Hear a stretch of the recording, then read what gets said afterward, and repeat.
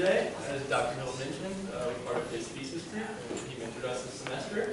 So today we're going to be presenting on frigid dips and search of emotional shifts, the effects of acute cold water immersion on cognition and mood. So to begin, I have a question for you all. How many of you have ever done a cold plunge or been in an ice bath? Okay, good amount, yeah. So ice baths have become pretty common, and just cold water immersion overall have become pretty common, from recovery for athletes, to recreational use in swimming, to even whole holistic lifestyle methods such as that of the Iceman and Wim Hof. It's much more common in our society now than it ever has been before.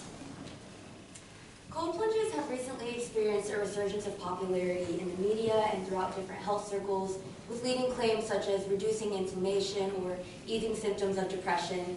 If you look up cold plunges on TikTok, your feed is immediately flooded with hundreds of videos claiming speedy metabolism, heart health support, mood enhancement, stress reduction. The list goes on. The cold plunges have been around long before millennials promoted their relevance.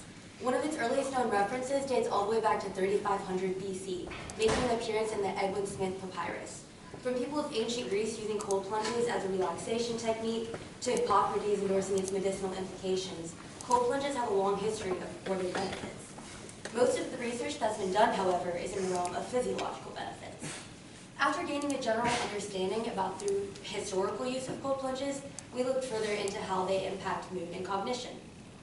Cold plunges have been found to negatively impact cognition, with impairments in cognition both during and following immersion. However, acclimation to the cold has been found to reduce these impairments. It has also been found that complex tasks are more negatively affected by the cold than simple tasks. And regarding mood in cold plunges, the general consensus is that negative affect goes down, while positive affect either remains the same or goes up. So though there have been many studies that have been done on cold water immersion, there are still numerous gaps that we'd like to address. So the primary one has been that there's no solid definition to define the cold stressor in terms of how much time is spent in it or the temperature of it itself. Alongside of this, we also have differences between researchers in testing during exposure or after.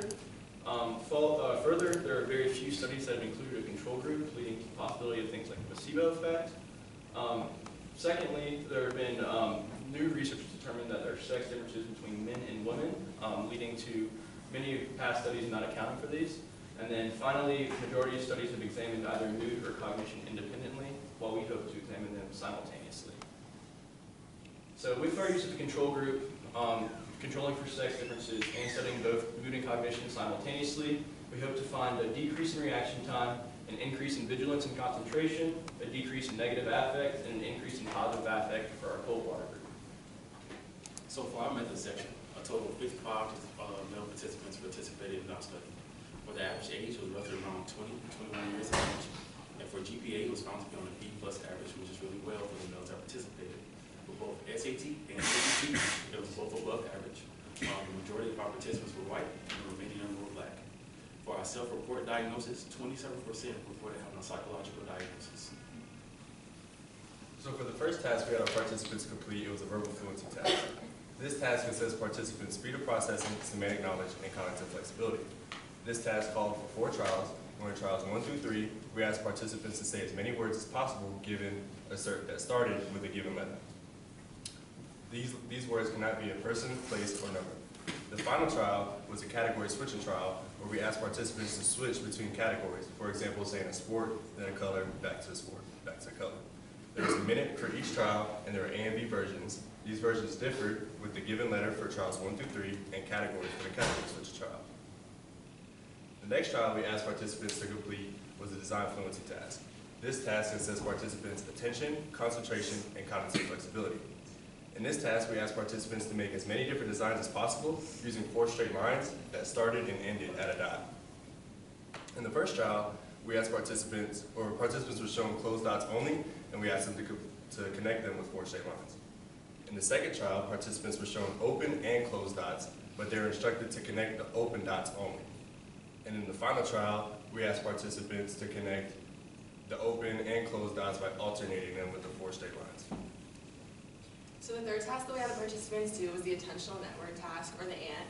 This task examines a participant's ability to achieve or maintain alertness, their ability to orient their attention towards location of information, as well as their ability to resolve conflict between several possible responses. So the goal for the participant in completing this task is to correctly identify as quickly as possible using a keyboard which direction the center arrow is facing. Up at the top of the screen you can see the 3 different ways that the center arrow is presented to them. First, incongruently, meaning that the center arrow is flanked by arrows that point in a different direction than the center arrow. Congruently, meaning that the center arrow is flanked by arrows that point in the same direction, or neutrally, meaning that just the center arrow appears by itself. So the cue for the alerting effect looks just like this. The asterisks appear on the screen both above and below the cross. And this just indicates to the participant that the arrow is going to come on the screen and they should prepare to respond. For orienting effect, that cue looks just like this. The asterisk either comes above or below the cross, and this indicates to the participant where on the screen the arrow is going to appear. And for conflict effect, that's where you see this incongruent and congruent arrow presentation, and it's up to the participant to correctly differentiate and respond as accurately as possible. So lastly, we have the PANAS. The PANAS stands for the Positive and Negative Affect Scale. It's a 20-item questionnaire, split 10 and 10. 10 asking about positive affect and 10 asking about negative affect. Participants were asked to rate their answers on a scale of 1 to 5, with 1 being very slightly or not at all, and 5 being extremely. An example of positive affect would be inspired or attentive and active, while negative affect would be distressed, upset, or guilty. For our procedure, participants first signed consent form prior to testing. Randomization was done between the cold tub and the control tub. For both pre and post testing, participants completed a verbal fluency, a design fluency, and an ant task. Pre was before the tub, post was after the tub. After post testing, participants were sent a follow-up PANAS 4 hours later after completion of the study. So our results conclude for verbal fluency, there was a main effective time for both cold and control group. This means that both groups improved and they said more words after than they did before. For category switching, however, there was no main effect and no interaction. We see similar results of design fluency as there was also a main effective time. We see similar results for trial 2 as there was also a main effective time, and for trials 3. So this indicates that on all verbal fluency and design fluency tasks, both cold and control groups increased from time 1 to time 2, besides category switching. So then looking at the ANT task, so first this is the orienting, so this is how fast are individuals able to orient attention based on a spatial or center cue. So what you can see here is there is an interaction where the control group is actually performing faster at this task than the cold group, so you can see that interaction where the light blue line is going down, showing the scores are getting faster. And then for the next task, they had the alerting. So here we see a significant main effective time where both cold and control groups actually performed slower in this. They're actually taking longer to show alertness for this. So there was a significant amount of time, but no interaction. So for the PANAS, as we can see, the positive affect scale was higher than the negative affect scale, but there was no significant interaction, no main effective time, and no effective condition. However, we did find 2 significant interactions at the individual level, with the first being the attentive. The cold was significantly higher on from period exposure to post-exposure and remained significant on the 3rd trial. And the control group significantly decreased from trial 1 to trial 2 and remained at trial 3. The second one for the active was literally the exact same thing. The cold significantly increased from time 1 to time 2 and remained significant at time 3, and the control significantly decreased from time 1 to time 2 and remained at time 3.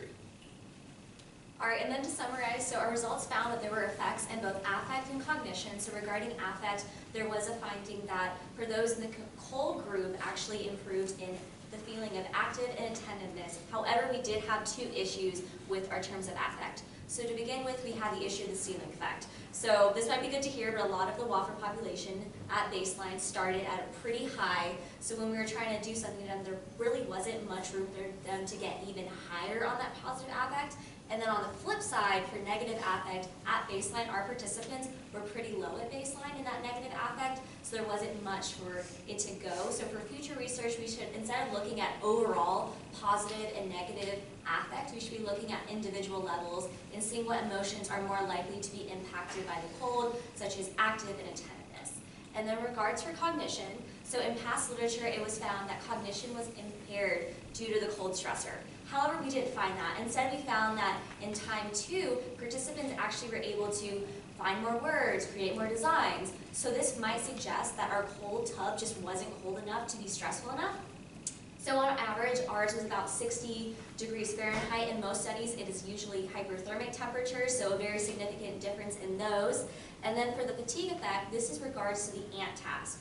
So for this, they have to do it before and after. And so when they're doing the ant task for the second time, if you remember, they're doing a lot slower reaction times. So they've already been in the lab for an hour and a half, so it might just be they're tired, so that's why they're reacting slower and not be regarded to the temperature of the tub they were in.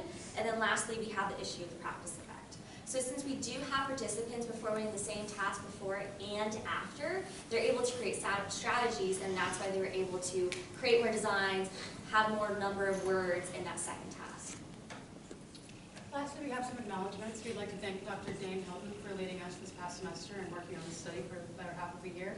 We'd like to thank Brian Lemire and Talisha Murphy for lending their lab space to us, Coker Ford and Stephen Kahn for being our research assistants and also piloting the study alongside Doug Horn and Madison Gatella. And lastly, we'd like to thank our participants for taking 2 hours out of the day to help us out. Thank you guys for listening. Let us know if you have questions.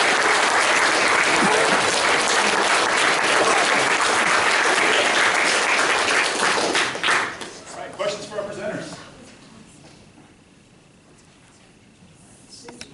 Do you have any idea on how you would be able to administer a test and then administer another test where they aren't able to build strategy, but still be able to, like, you know, find correlations in the results?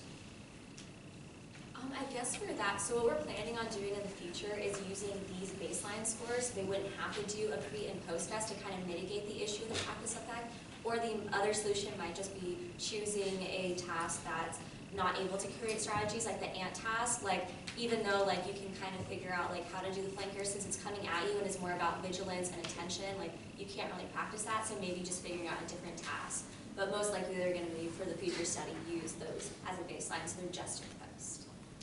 And for our design fluency task, we attempted to control for that by version A, or version B was different from A by we flipped the dots upside down. So we tried to give them a different presentation of the dots to try and control for that.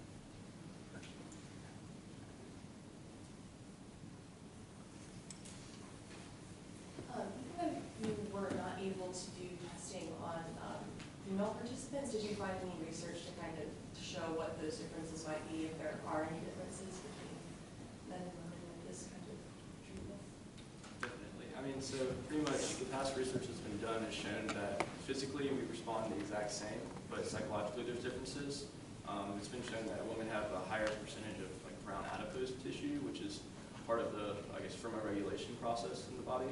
So, and part of that's one of our theories to why we respond differently psychologically, but overall men have a greater psychological reaction to cold stressors than women.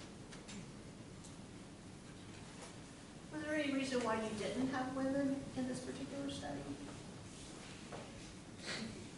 So for that, again, it was kind of mitigating that the differences in sex, and also this was just kind of for the comfortability of female students. Since we do have some male students, we didn't put a woman in a position where they're in a room with only men, even though just the safety of that. And also, men overall in studies do show more of an effect. So if we didn't have a significant power, we could actually see more of an effect, because women tend to be more resilient, so they don't really have a lot of affect effect, kind of like what Dan was saying about the psychological stuff. So men are more likely to have a different